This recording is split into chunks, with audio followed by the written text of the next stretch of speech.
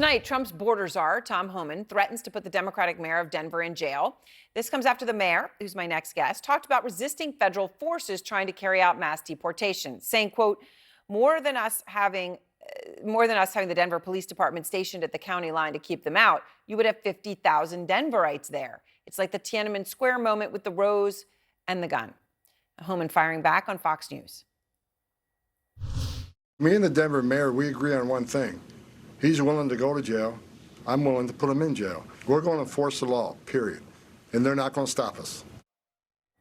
All right, joining me now, the Denver Mayor, Mike Johnston.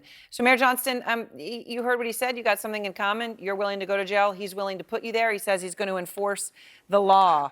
Are you willing to go to jail over this?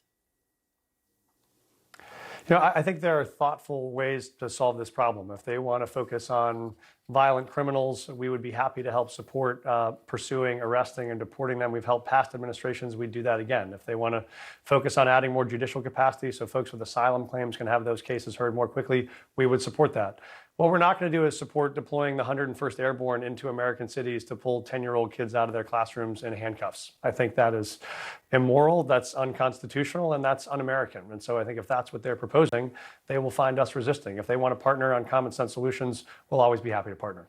So if Trump were to order ICE agents, you know, for example, right, Immigration and Customs Enforcement agents, to go into the state of Colorado to enforce federal law, would you order, Mayor Johnston, your police department to resist them? Or are you speaking at this point more of just an act of, protest resistance? Or would this actually be an order to your police department?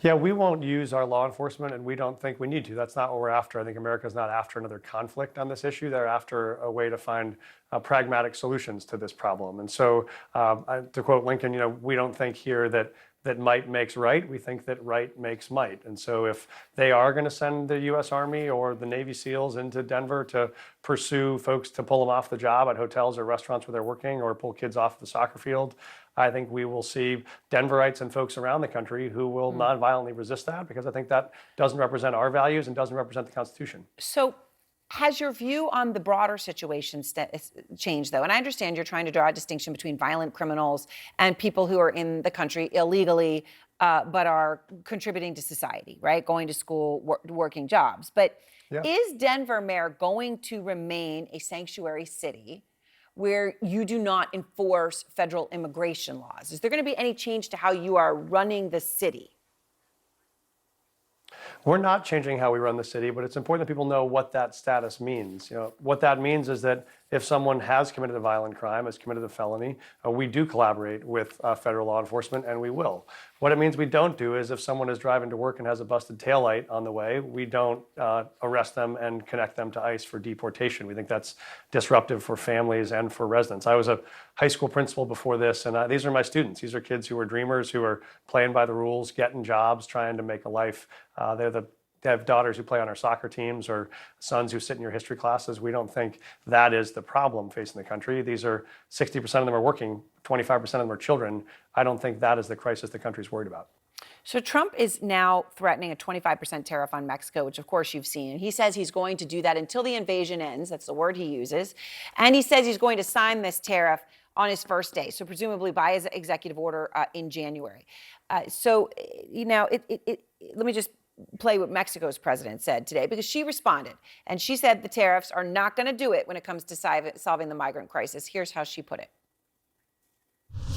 Presidente Trump, no es con amenazas ni con aranceles como se va a atender el fenómeno migratorio ni el consumo de drogas en Estados Unidos. All right, and I know, Mayor Johnston, you're fluent in Spanish, so even though you couldn't see those, the translation on the bottom of the screen, you understood what she said. Is it possible, though, that the threat of such tariffs, of a 25% tariff, of such a massive and seismic thing to Mexico, would force Mexico to way more forcefully address the drug and migrant flow than it has up till now? I don't think that's going to solve the problem any more than no Denver business is asking me to pull folks off the job as a way to solve their economic crisis. We have open jobs we're trying to fill. We have more business we're trying to do, more imports and exports we want. That would hurt, I think, American farmers and ranchers, and it would hurt American retailers. And so I don't think that is the solution. I think there is a way to work collaboratively with with Mexico and other countries in Central and South America to try to solve this problem. And that's what we're looking for. What are pragmatic ways to help people get to work that want to work, help employers hire them if they want to hire them, and help folks get a fair hearing in court and let the courts decide if they get asylum or not. That's all folks are asking. They're not running from the law. They're actually running towards the law. They want to get their cases heard. They have a 7-year wait because the bipartisan bill that would have added more administrative and judicial capacity to hear these cases, Trump opposed. So there's common sense ways to have these cases heard that are constitutional, that are consistent with American values, that would keep the American economy going. These won't do that.